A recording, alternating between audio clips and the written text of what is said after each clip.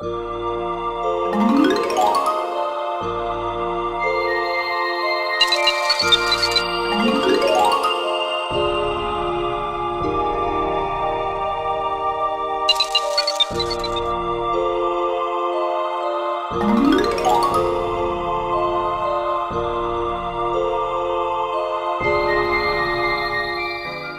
nwa ha gude kwame gị gude mụ o nwere ikwe mụ le mere onwe m teme ha wụ ya nke shi ọ bụ ịha mee ka ma daa nna nyenụ m obere taa ma gboro Ebonyi steeti ana m abịa so ọ bụla na anụ Ebonyi BRB ọkwa ịghọtala Ebonyi steeti kwenu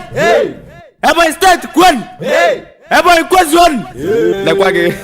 John onye Piper onye ṅụkpọ onye seki onye nwụrụ taro chingom ga ukwobatala ụlọ Silas nwoke ọ chọrọ ịla di ya nwaanyị nwoke madụ dị embarrassed ji ya Silas ntabi bịa ọlada nwaanyị leta chingom tema leta dugo onye le nwaanyị lebulu ụlọ tọlete ma le chingom aleta goshiliti toru etoru John Zaya mba satale mata chingom mbụkwana nwaanyị lata chingom kama mataje chingom m tekọbụla nri ha aṅụ makwana sekwu osisi igidi agbacha ọnụ nwoke kụjasi ya nya ịbụ onye aṅụrụma lesikwu osisi libia ọlada nwaanyị ọza ya si ya mba papa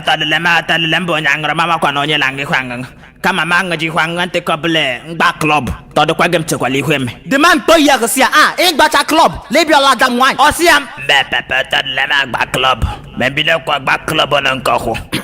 after game shicha prison lot dem gidi le chef na tijuwam emana nwoke to yahori evu ahwevu ntabe prisoner onye je prison labiola dam wine irali mempo je prison lot lebiola dam wine asiam mba sa ta lem je prison mtegide ku e mo na je prison na bukaji hwama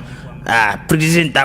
atakwa boda be madu je ya ahwehwe makwa na takwa na bodo ibe bi je ya ga ahwehwe otoshikwa mlobu nje ya mtakwa bekwenya akwa nje kwari after gengbugeru mads ntakwa bekwenya gbonyo osuchakwo ntabigbu mad lebiola dam wine asemba sa ntegbukwa mads akwa nwoke bụ njere ola dia nwanyị to kwete nloya nkwe mtame hiwa do meme nkwe gboya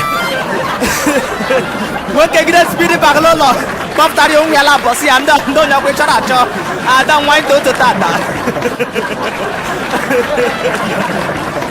Mas be gide kwanzu bushi bi efu ọ na-eme ka ọ dị eme Top